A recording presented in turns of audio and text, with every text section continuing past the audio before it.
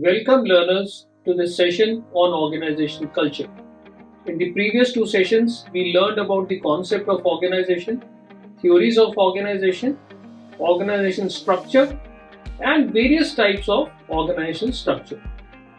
The learning objectives for this session are: at the end of the session, you will be able to define what an organizational culture is, explain the role and importance of organizational culture, discuss the characteristics of organizational culture, and also describe the various dimensions and determinants of organizational culture. So let us start with what is organizational culture. Have you ever heard that people saying that they want to work for a particular organization because its culture is very good? Why do they say like this? Have you ever thought about this? Can organizations like our own societies have their own culture? Dear learners, the answer is yes. Each organization has its own set of characteristics, and among these, some are common with other organizations. And therefore, organization culture becomes very important for the working of an organization culture. Let's now see that how various people have defined the concept of organizational culture. According to Stephen P. Robbins, he said that organizational culture is relatively uniform perception held of the organization. It has certain common characteristics and it is descriptive. It can distinguish one organization from another, and it also integrates individual, groups, and the entire organizational system variables. Another people have also defined organizational culture. For example, Edgar Scheele, who is one of the leading researchers in the field, defined organizational culture as comprising of number of features, including a shared pattern of basic assumptions group members have acquired over the time as they learn successfully to cope with both internal and external organizational relevant problems. In 2011, Flamholtz and Randall suggested that one can view organizational culture as corporate personality. They define it as consisting of values, beliefs, and norms which can influence the behavior of the people as the members of the organization. So this is a very interesting definition what he has given. He said that it is basically the personality. Organizations can also have personalities the way individuals have personalities. Now, why is organizational culture important? Why should one actually know more about it and learn more about it? There are various reasons for this. Number one, understanding organizational culture can increase employee engagement. A good culture can result in decreased turnover, which means people might not leave the organization. It can also result in a very strong brand identity, right? So, concept of organizational culture can actually help in building a strong brand. For example, corporates like Tata's have been able to establish a strong brand identity. And a good organizational culture also motivates employees, and hence it can result in elevated productivity. A good organizational culture can also result in a healthy team environment, and therefore people working in the organization would feel really happy and good to work for that particular organization. Let us also look at what is the role of organizational culture. Dear learners, the culture at any organization set expectations for how people behave and work together and how well they function as a team, right? So teamwork is very important. So this will really help you to understand that how people come together for a common goal. Also, culture can actually break down the boundaries between siloed teams. Yes, in the previous session, we discussed about various types of organizational structure.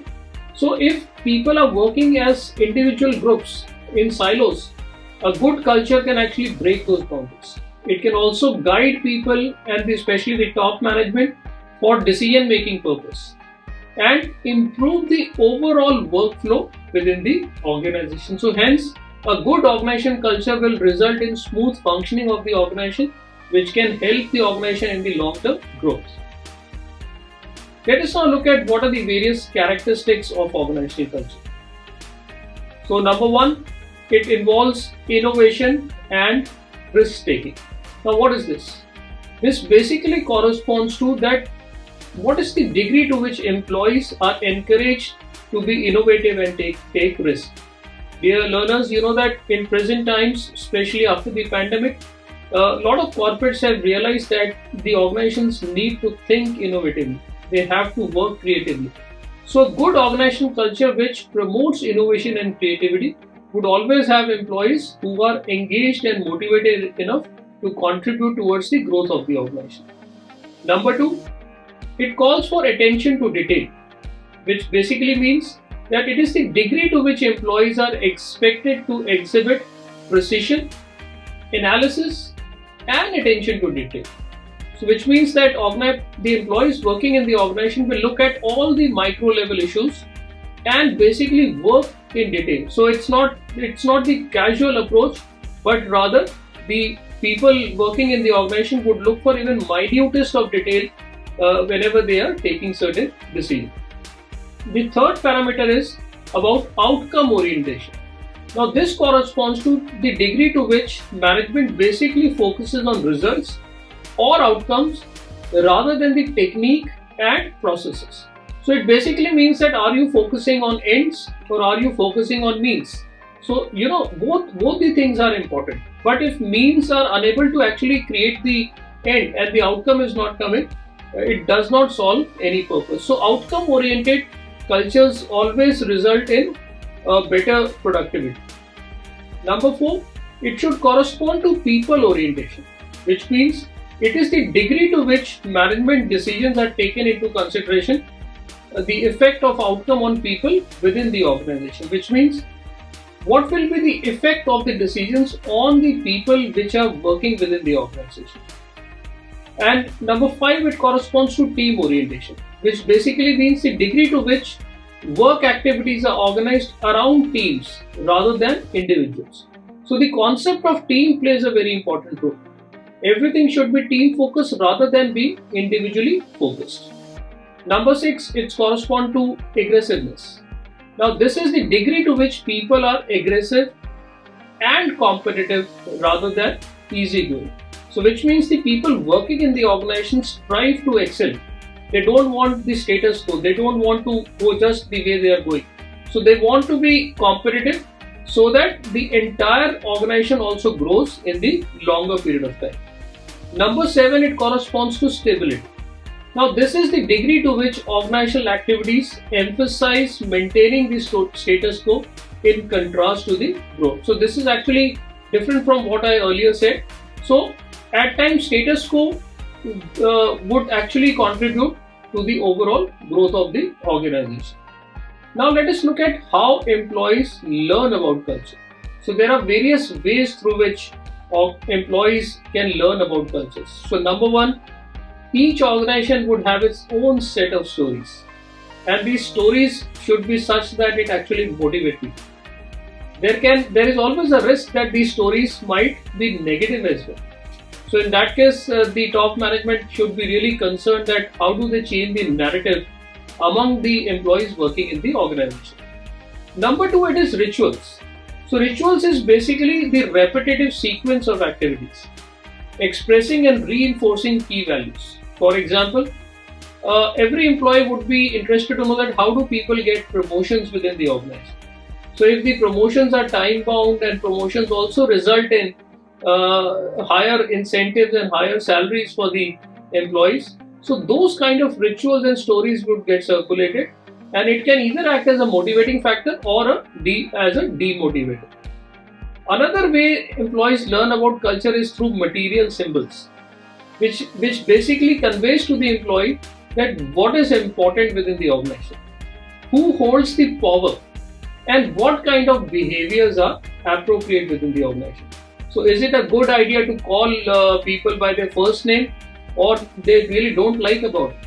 So what kind of who holds the power within the organization is another issue. Is it a centralized structure or is it a decentralized structure, which means everybody down the line also has access, also has authority, which comes with the responsibility. And finally, organization learn about organizational culture through language, which means it identifies members of culture or subculture. If used by all, then it is accepted and preserved. So the language that is used, both written, oral, even body languages, which are very important, everything is noticed by employees, and all these together actually constitute the understanding of the culture within the organization. Recently, Quinn and Cameron developed a framework which is called as Competing Values Framework Model, which basically maps out 4 different organizational models or cultural types found in the businesses. And these types are, number 1, what is called as the clan culture. Now, the clan culture will have a focus on nurturing through interpersonal connections or mentoring program, and will create a feeling in the company of an extended family. Now, for a small organization, this could be good. There are pros and cons of creating this kind of clan culture. The clan culture can be helpful because there is a feeling of family, but then it could be detrimental in terms of whenever the organization want to do something differently. The second type of organizational culture is what we call as the hierarchy. Now, this hierarchical culture is one that is highly structured by responsibility and the role form, and influences are very much consolidated at the top of the organization. So typically, if you look at the way the bureaucratic structures work, so everything, there is a clear-cut hierarchy. The power actually starts accumulating at the top, though everyone is contributing to it, but then everything is written, the rules, procedures are worked like that. So these kind of cultures are also contribute to the efficiency and effectiveness of the organization. The third format or the third type of culture is called as adhocracy. Now, adhocracy is a culture in which risk-taking is encouraged with a dynamic and entrepreneurial environment that values innovation. In this more modern and dynamic organizational structure, all the employees are given incentive to contribute regardless of their rank or role. So in travel business, this kind of culture can really be very good for the organization, because now employees feel that they are participating in the process of the growth of the organization. They are rewarded for contributing something differently. Innovation is encouraged, creativity is encouraged, and therefore, irrespective of the rank or the role of the individual, these employees contribute in terms of the decision making. They participate in the decision making process, and the entire culture is innovative and very happy. So happy kind of culture is created within the organization. The last type of culture which was proposed is what we call as the market culture. Now, market culture is result oriented. The major emphasis is on creating results, and this kind of culture really values competitive endeavors and rewards achievement. So in this kind of culture, the employees are motivated to keep on performing, keep on excelling, and all the incentive structures are generally valued. So the targets are given to the employees, they know that what they want to achieve, and the entire focus is on creating results which are in the interest of the organization. Now let us look at the various dimensions of organizational culture. The first dimension is autonomy. Now, what is autonomy? It is the degree to which employees are given liberty for decision making. So do they have enough authority, enough autonomy to decide, make decisions for themselves, or with dealing with the subordinates, etc., or even external stakeholders, for example, customers. So what is the kind of authority the top management thinks is to be given to the people down the line? So that kind of autonomy also contributes to a very healthy organizational culture. The second dimension is about rewards. So this basically pertains to that where, how, and to which degree an organization rewards individuals. When people work for an organization, they are always looking for some incentives and rewards in return to the work that they do, whatever are their contributions. So the organization culture, which has explicit and very clear reward policy, would also give a clear-cut direction to the employees in terms of what they have to do, and if they do a particular task or accomplish a particular task, what kind of rewards will they ultimately get. The third dimension of importance is conflict. Now, when two or more people come together, conflict is bound to happen because of the differences in interpersonal relationship. So, what is the level of conflict within the organization, or what are the interpersonal differences that exist within an organization is another dimension. And for top management, it is very important to understand these dynamics, because if you really do not understand the dynamics of conflict within the organization, the conflict can actually contribute to the negative growth of the organization. It can become detrimental for the overall performance of the organization. The fourth dimension of importance is risk taking. Now, this indicates that what is the amount of freedom that is given to an individual for trying out new ideas without a fear of ridicule or punishment, right? So that innovative culture should also motivate people to take risks, and top management should encourage people to try new ideas, right? So unless and until they try new ideas, how will you know whether the idea will really work or not? And many people in the organization do not try out new ideas because there is always a fear of what? Either they would be ridiculed by people or peers or top management, or there could be punishment also. So they prefer that let us maintain the status quo and not do something which is totally different. So risk-taking environment should be created within the organization so that employees feel more participative, they take risk and also contribute to the overall growth of the organization. The next dimension of importance is congenial atmosphere. Now this basically refers to the support and incentive given to an individual member by other organization members. Now this kind of issue is very important, right? So organizations where the social support system is very good, you will find that in these organization employees work better within the organization because they know that there is some kind of support system by other members, and there is a kind of feeling that we are one and all of us are contributing towards one single goal. Now let us look at the various determinants of organizational culture. Now the various determinants of organizational culture include, number one, organizational structure, which is very important. The way you create a structure. In the previous session we discussed about various forms of structure. So structure is one of the factors that contributes towards the nature of culture that you want to build within the organization.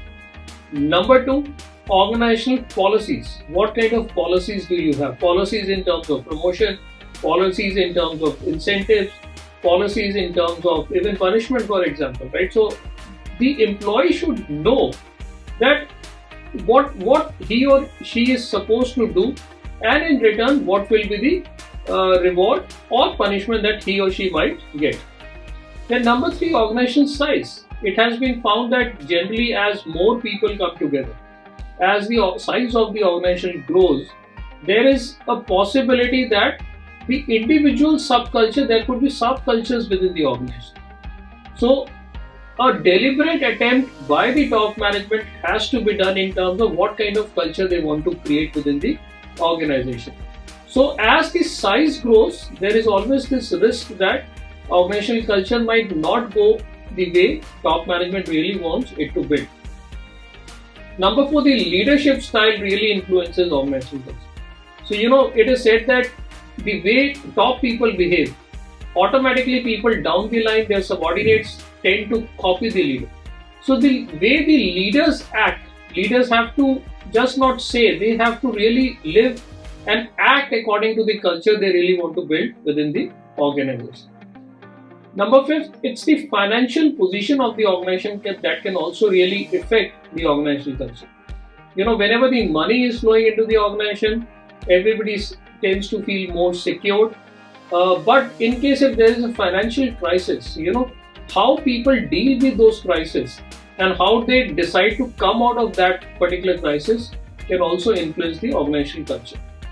The overall organizational behavior, how people really behave within the organization, can also contribute towards either building of the culture or destroying the existing culture. So these dynamics are to be really understood whenever somebody wants to really build a good organizational culture. And of course the managerial values. So what leaders think and how do people below the line, the managers think, would really affect the organizational culture. Now what can be done to influence organizational culture? Number one, it is important to diagnose what is the current culture. Then you need to think about what kind of cultural shifts are required if you really want to build something new. Right? For example, in the present times during COVID, the way the organizations have been working has totally changed.